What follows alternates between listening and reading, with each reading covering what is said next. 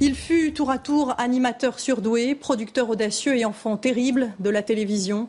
Jean-Luc Delarue est mort à l'âge de 48 ans. Il souffrait d'un cancer de l'estomac depuis des mois. Il s'est éteint hier dans un hôpital parisien. Françoise Desmarais et Régis Rouanet. Depuis 15 jours, personne n'avait plus de ses nouvelles et chacun s'attendait au pire. Jean-Luc Delarue est mort hier à l'hôpital du Val-de-Grâce, 9 mois après l'annonce publique de sa maladie. J'ai un cancer de l'estomac et du péritoine. Aucun autre organe n'est touché, j'ai pas de métastase. Voilà. Delarue, c'est un style, un phrasé dont s'empare rapidement le petit écran. À partir de 1991, il anime quotidiennement La Grande Famille.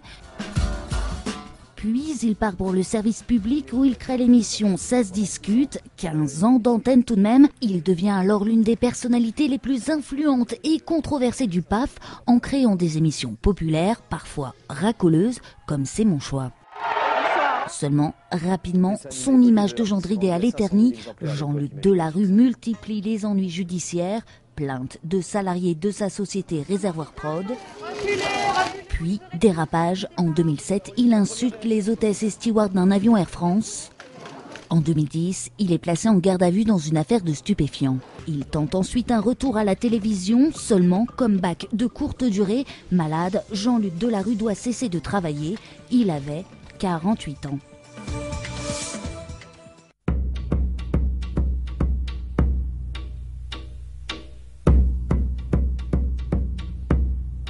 Oui, alors pour pas parler que d'Empire toute la journée, je voulais parler de Delarue qui vient de mourir parce que, je l'ai bien connu, c'est un ami de jeunesse.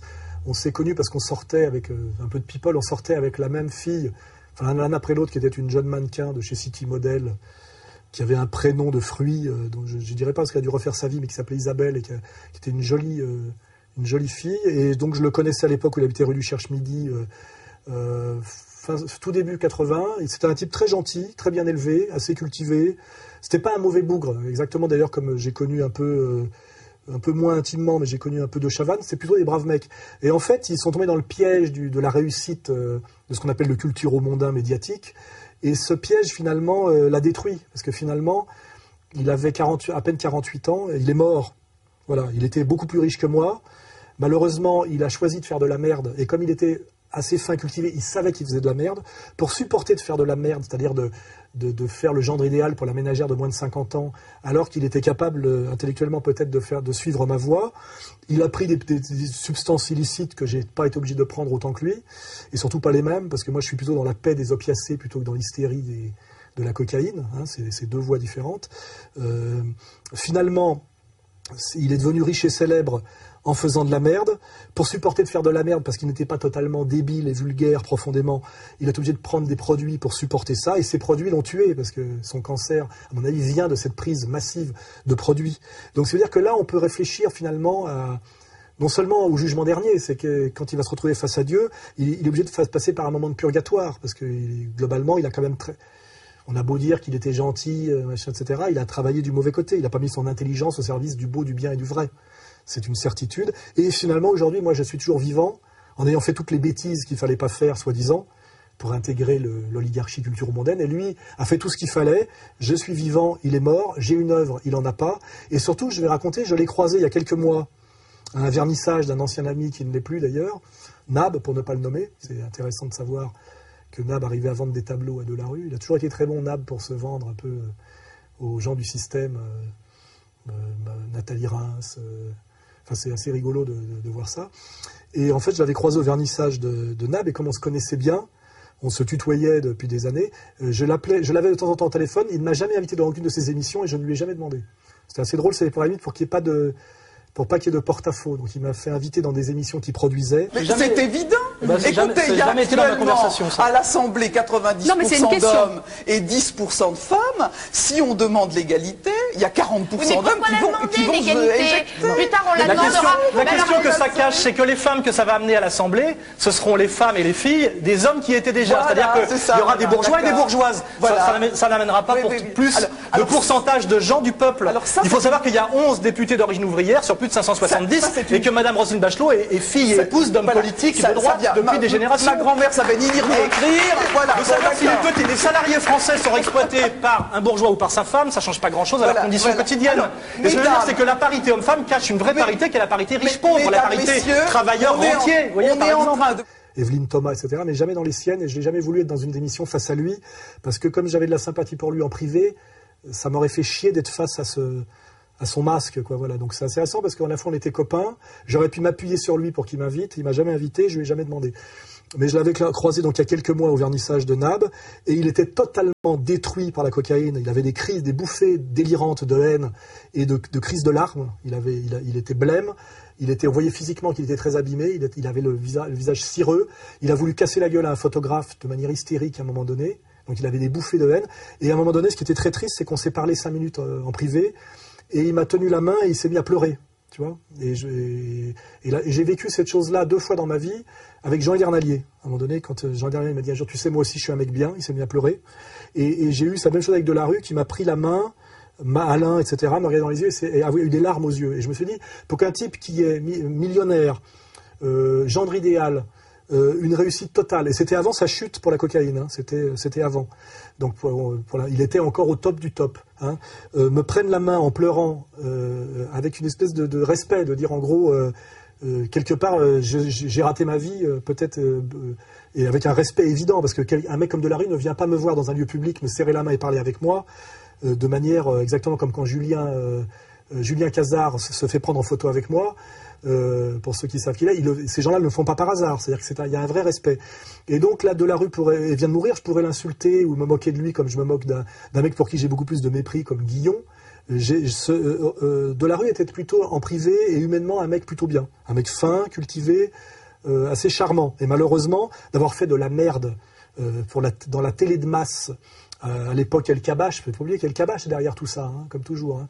On retrouve toujours le même genre de gens. Finalement, ça l'a tué. Voilà. Et là, il y a une justice immanente. Hein, je veux dire, voilà. Je ne l'insulterai pas, mais c'est une justice immanente. Il a péri par là où il a péché. Et c'est important.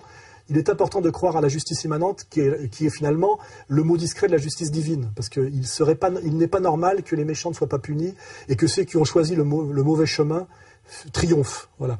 Donc, sa mort m'a fait de la peine. Je savais qu'il allait mourir, j'en étais certain, il avait un cancer incurable et je savais qu'il allait mourir, c'était écrit, donc ça ne m'a pas étonné.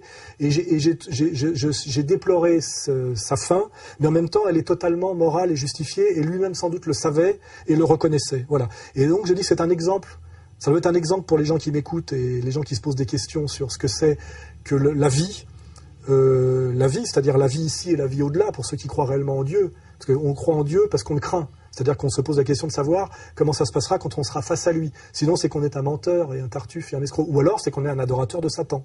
Hein. Et là, ça peut expliquer BHL, Attali, etc., etc. C'est-à-dire que leur Dieu n'est pas le nôtre. Hein. Voilà, c'est le Dajjal, quoi. Hein, voilà. Et donc... Que ce soit, voilà, que les gens réfléchissent à ça, là, les jeunes qui cherchent à réussir ou pas, qu'est-ce qu'il faut sacrifier, pas sacrifier, du mondain et de la vérité. Finalement, il y a une logique et une morale dans la fin de Descoings, pour qui j'avais le plus souverain mépris. Et que ce monsieur qui se prétend le directeur d'établissement me demande de partir en doute parce que ma sécurité ne peut pas être assurée. Alors je vous garantis que je n'ai aucun problème de sécurité nulle part. Tout ça est une manipulation. Il y a un écrivain qui se fait virer d'un salon du livre parce qu'on menace de passer à tabac. Vous êtes écrivain vous-même et ça vous gêne pas, hein? Ça vous rappelle rien tout ça? Vous êtes assistant, on va assister. Il y a une logique et une morale dans la trajectoire et la mort de Delarue pour qui j'avais une certaine sympathie. Mais ça ne change rien. Hein. La loi morale est au-dessus de nous tous. Voilà. Et cette loi morale, en dernière instance, est juste pour les cas que je viens de citer. Et je trouve ça beaucoup plus choquant quand elle ne l'est pas. Hein, voilà. Que si jamais, comment dirais-je, si Bernard Lévy meurt dans son lit, ça serait plutôt la signe d'une certaine victoire de Satan, même si on le sait que Satan est un des noms de Satan est le maître de la terre. Hein, il faut le savoir. Satan ne règne pas au ciel, mais il a un certain pouvoir sur la terre. Dieu, lui, n'est pas sur terre. La terre est un lieu d'épreuve. Il nous regarde comme un arbitre et il nous jugera, mais il n'intervient pas directement. Il faut quand même bien comprendre ce que c'est notamment que la théologie catholique. C'est pour ça qu'il y a les anges gardiens qui ont été supprimés depuis Vatican II de la théologie catholique, et dont je le rappelle, le jour traditionnel des anges gardiens est le 2 octobre, qui est le jour de mon anniversaire. Voilà. Et je salue mon ange, dont je connais le nom, et je rappelle bien quand même comment fonctionne la morale chrétienne et la morale catholique. Hein, il ne faut pas oublier, pour nos amis musulmans aussi, être religieux en dernière instance, c'est prouver qu'on craint Dieu dans ses actes. Voilà. Hein. Et que personne après ça ne vienne me donner de leçons de théologie authentique. Et je peux même poser la question en annexe, comment Ramadan fait-il aujourd'hui pour accepter l'argent des Qataris, s'il est capable de comprendre ce qui se joue en ce moment, notamment en écoutant un grand théologien musulman qui est Cheikh Imran Hossein, hein, voilà, dont nous venons d'éditer le livre fondamental qui explique effectivement tout ce qui se passe en ce moment, écrit en 2002, je crois, hein, donc il avait de la grosse avance, et qui s'appelle Jérusalem dans le Coran. Hein, voilà. J'ai un très grand respect pour Cheikh Imran Hossein, j'en ai un peu moins pour Tariq Ramadan. Ce qui ne veut pas dire d'ailleurs que c'est pas non plus Daniel Cohn-Bendit, hein, et c'est pas non plus Bernard-Henri Lévy. Mais je pense qu'il a été, il a été séduit, où je pense que malheureusement le diable qui existe et les envoyés du diable lui ont chanté une chanson aux oreilles qui a un peu perturbé sa saine compréhension de la religion du Dieu unique. Hein, voilà, pour pas en dire plus.